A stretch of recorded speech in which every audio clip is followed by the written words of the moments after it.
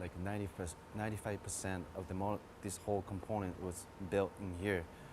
Of course, we don't make tires, but we buy component like tires and. Well, you know, I think it's been something that is a part of this country. It's a part of what it's about. The freedom that's involved in building your own type of vehicle. It's a type of expression. There's a huge following of Larry's, for sure.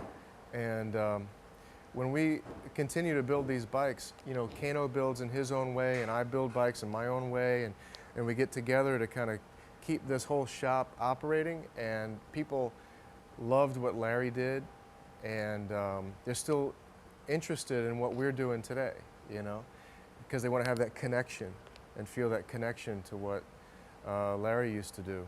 Altogether, it still continues to kind of represent Larry's name and represent what he, you know, enjoyed doing and what he had fun doing, and people like to still see it out there. Pull the mount, pull it out.